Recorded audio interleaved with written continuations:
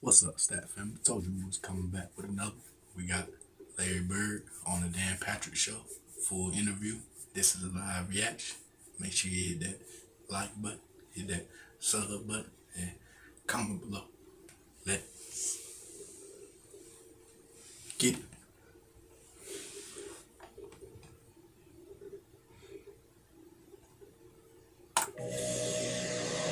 You know? The Indiana Pacers will celebrate the 30th anniversary of Hoosiers by wearing the film's Hickory uniforms during select games this season. Paulie's actually wearing the uniform that George Hill wore during the press conference there. And then you have to send this back to the Pacers, right, Paulie? Unless Mr. Bird allows us to get one. Larry, how do you think you would look in those uniforms? I could fit in any uniform right now. Give me a couple months, I might be able to fit in one. But Big Bird. George looked pretty good in it, so I think it's going to be a big hit for us. Explain that whole phenomenon of Hoosiers that in Indiana, that the small schools competing against the big ones. Even your how small was your high school? God, I don't know. We've one of the smallest in the state. What happened? What it is, Dan? Back in the day, back when I played, they weren't. We didn't have class basketball. Now they do. So the dream was to always be able to be good enough to play in. Sorry about that. Play against the big schools, and that's what we try to do. We try to be good enough to maybe have an opportunity one day to play against the Crispus Attucks or Jeffersonville or New Albany. But unfortunately, I played with a kid that kept missing free throws at the end of the game, and we didn't get there. Wait, was there a hack-a-shack going on with your team back then? Well, with my point guard, he got a little nervous, and they knew it, so they started fouling him, and we just didn't make it. You're not over it, are you? Real edge. Never. You know, it's a loss is a loss, and a big loss. But, hey, you know what's funny? I was at a party about 2 years ago, and the party was a cookout, and this lady's been in her 70s. She looked at my friend and says, "What are you doing here?" And he goes, "Well, I'm going to come to the cookout." And she goes, "After missing them free throws back in 74, you shouldn't even show your face." Now, it's just been 35 years. I understand that, but it happened, Dan. Yeah, but it's so important to the fabric of a town there. I mean, that was everything back then of how good the basketball team was. Yeah, well, not just the basketball, but sports. Back in the day, you know, I mean, they went to football games, basketball games, and our gymnasium held 2,800, and we used to get 4,300 in there. But it, you know, I mean, it's big. Indiana basketball, especially in my hometown, back when we were playing, not only me, but my brothers and my cousins and all that. It was a big deal. It's not as big now because of class I don't think it's just because of class basketball, but the excitement ain't there. The teams are not as good. How big a star were you in high school? Well, I mean, there's how many billions of people there are in China. They all knew me. Well, no, in high school. That's what I'm saying, high school. They knew who you were in China? Sure they did. Dan. Okay. Nobody knew about me in the States, but everybody in China knew about me. But if I you... don't know. I was from a town of 2,000 people, Dan. I was 6'1" as a sophomore, 6'3" as a junior, and 6'7" as a senior. French League. You know, I mean, I averaged a lot of points, a lot of rebounds, and won a lot of games, but I don't know. I didn't go around and, you know, ask people if they knew who I was. I noticed that you averaged only 4 assists your senior year in high school. No, they did that by quarters. Everything they do is always by quarters. Oh, really? Yeah. No, so you averaged, 16 assists there? Oh, I'm sure I did. Man. Well, I don't know. I don't think so because guys couldn't make a layup. They made all the layups, yeah. But I did have a pretty good team. I played on. My teammates were good in high school. We just couldn't win the big one. How would things be different for you, or would they be different if you were coming out of high school? Now? Yeah. Oh, I don't know. It wouldn't be as much fun. But would you be a one and done? No. I don't think so. I don't think I would do it. Dan, when I was 18, Jesus Christ, it's a little different now. These kids seem like they're more mature. Their body's filled out. You know, they're ready for the challenge. I was never. There's no way I could come out at 18, 19 years old and go to the pro. But when did you know that you had that ability to be something different that you could possibly play in the NBA. Well, when I was in the summer, I was at rookie free agent camp in Boston. They had some veterans there, and they played a couple of days with us. And I know it's just summer. I know it's not in the games, but I know. I remember one day I walked out and I go, I'm not going to have any problem in this league. That's the first time I really felt that. Growing up, coming from a small school, high school, then went to mid-major.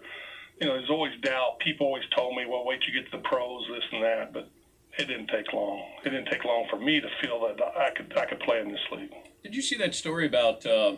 I guess it started with Shaq and Scottie Pippen on the all-time Bulls team against the all-time Laker team, and Shaq and Scottie were going back at each other, and then people started looking at, if I had the all-time Celtic team against the all-time Laker team, how would that work out?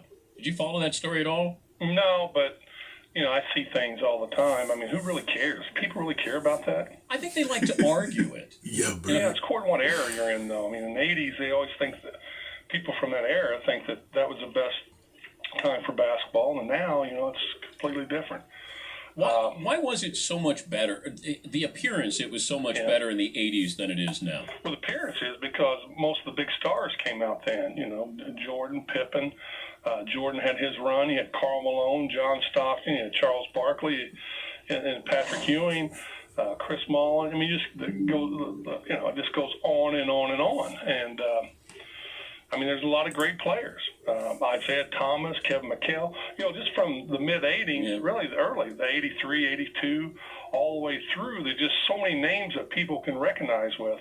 And I think that's why they think it was the best time. And to me, I always felt our 86 team, I said, how could you get any team better than that? But I'm sure there are teams out there who are better than that. But the style, though, of what was played in the 80s is what made it so much fun. Well, the style there was two different styles. There's either the beat down in the East and there's a run and gun in the West. And you had to be able to play both styles to win a championship. That's why I always liked it. In the East, against New York, Philadelphia. People don't even talk about Philadelphia's great teams. They had great teams in the 80s, early 80s. It was a beatdown. Then you go to the Lakers, and they walked through the championship every year out there. Then you had to go against Sam, and you had to score 125 points a game to win. So, how would you done in the Lakers style? I would have got a lot of sleep after the game. I can tell you that. You would have been tired. That's a lot of running. I can remember in '84, they in the championship game, we were playing them. They had us down, and the Cedric Mexer said something to me about, hey, you can't beat what you can't catch. They were running so fast. But you guys ran with them when you played them in the but that wasn't our style. I mean, we could do both styles, but if we did it all year long, it wouldn't have been a big deal. But we did it. We go on the West Coast trip for 2 weeks. We knew it was going to be up and down, run and gun, and all that. But then you go through the playoffs, and you score 105, 108 points a game, and all of a sudden you're up to 125. That's a whole different ballgame. Right. Michael Jordan said he could beat anybody on his roster. Now? Yes. Oh, gee, come on. He believes it, though. Well, you can believe whatever you want. But I said there's no way. And what's it say about his roster, Larry, if he can beat everybody on the roster? I don't know if he can do that or not. He had to prove that to me. These people, man, they got to let this stuff go, man. That's like, you going to tell on your radio shows that you could beat me one-on-one. No. That's just ridiculous. I could score on you. Anybody can score. Okay, but I just want you on record. I just want proven. Okay, if we played to 21. Well, first of all, I'm not playing to 21. Okay. We go by 3. Okay, we'll go by about 10. We'll play to 10. Okay. No make it, take it. Oh, well, that's no fun. Well, no, I can't. There's no make it, take it. How do I do it? Bird said, ain't no fun. Come on, man. We want that thing back. 10 to 8. All right, fair enough. Because I just sit down and take a break when you get the ball. Was there ever a point, though, when you were coaching, that you were better than somebody on your roster? Back when I was 40? No? I don't know about that. What about shooting? Oh, yeah. Yeah. No question. Okay. still shooting? Yeah, ain't no problem. Okay, but Right. was there a point where you were the best shooter on the team and you weren't on the team, you were coaching the team? No, Reggie was here. Chris Mullins, Sam Perk. They're some pretty good shooters. Okay, but after those guys left. Well, I was getting older after they left. Wait, you were just talking about Jordan letting it go. you you could still take these guys and shoot. I don't know if I can take them on or not, Dan. I mean, you're talking about. Let's see, I was probably 40. Yeah, 40, and Reggie and them guys were coming into their prime, and Chris is a little bit older. Sam, no, I couldn't. I had a hard time staying with Chris Mullen. Wow. Shooting with him back in the Olympics when I was playing in the Olympics trial, or not the trials, but the games. But do you see Steph Curry? Can you say after 4 or 5 years that he's the best shooter that we've ever seen? I don't know about that. Chris Mullen was pretty good. You're just getting out there shooting around. You mean game shots? I don't know even how you characterize it, because when somebody says, if I say the best deep shooter in the game, Yeah, I'd say he's right there. because there are so many. That's a real shooter. I mean, people don't even know who Joey Hassett is, and he's one of the best deep shooters I ever saw. Yeah, or Connor Henry was good. Dale Ellis. I mean, there's so many guys in there. how about Mark Price? Yeah. I mean, I always thought he was. deep shooter. Curry's about one of the best. Who would be in the conversation, though? Are you in the conversation? Yeah, Of course. sure I am. You know. Okay. That says best. That's a conversation. Did I insult you by asking you that? Mm-mm. Okay, good. No, I don't insult. Reggie Miller? Yep. Reggie hit as many big shots as, if you go back and look over the years, as anyone, either tie the game or go up by one or win the game, as many as anybody. I mean, I've seen it. I played against him and I coached him. He's hit a lot of big shots. So there's something to be said for the guy who does it when you have to have it done, as opposed to those guys that can do it for the first 3 quarters. Right. Well, the thing is, anybody can shoot it when it's tied. It's when you're down 1 or down 2. I mean, how many guys make that shot? I know that, there are people like you and Jerry Webb. There's certain guys that it's not in their DNA to not try to win or tank. How do we prevent tanking in the NBA? Well, there's I don't know. I don't have the answer, but I've always said these teams that's been in the lottery for more than 3 years should have to sit out one time. And what they would do, they would trade that pick away when they knew it was coming up, and they get back in again the next year. But our league's full of lawyers. They can come up with something. Well, I was wondering if you did this. Once you're eliminated, the more wins you have after you're eliminated, the more ping pong balls you get. Well, I have to sit down and think about it, but if you say it's a good idea, I'd go along with you, Dan. Who's calling you right now? I don't know. What are you trying to...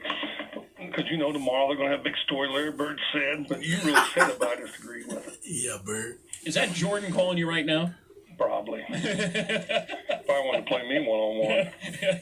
Could you take Jordan right now? Could I take Jordan? Where's this going? Can I wear my Hickory uniform? Yes, you can. Boy, that'd be a good game. Jordan's going to wear his North Carolina jersey, Big and Hill. you're going Hickory. Hickory. A one-on-one with Jordan. Yep. God, I hate to admit this, but he'd kill me. Real legend. I don't know if I honestly believe that, but... Dan, I'm 40 pounds more than I was when I played. I'm broken down. I really don't care like I used to. I have a fight in me, but it's not the fight that I once had. Yeah. But it'd be a pretty close game. Yeah, we already know you're going to come out there fine. Hey, thanks for joining us with the Hickory uniforms, and should be great. 30th anniversary of Hoosiers. The Pacers will celebrate that with select games next season wearing those Hickory uniforms. It's going to be awesome, Dan, and thank you. Thanks for having me. Good to catch up with you, Larry. Thank you. Bye-bye. All right, that's Larry Bird, Hall of Famer. Real legend. Come on now. Big Bird. Y'all heard him. Him and Jordan one-on-one. He said he can still shoot it now. Come on now. You ain't gonna never lose that one. Salute Bird family. Salute the Stat family. Thank y'all Stat family for watching the full video. We're gonna be back with another video after this video. Make sure y'all stay prayed up. Y'all be safe. Y'all be good.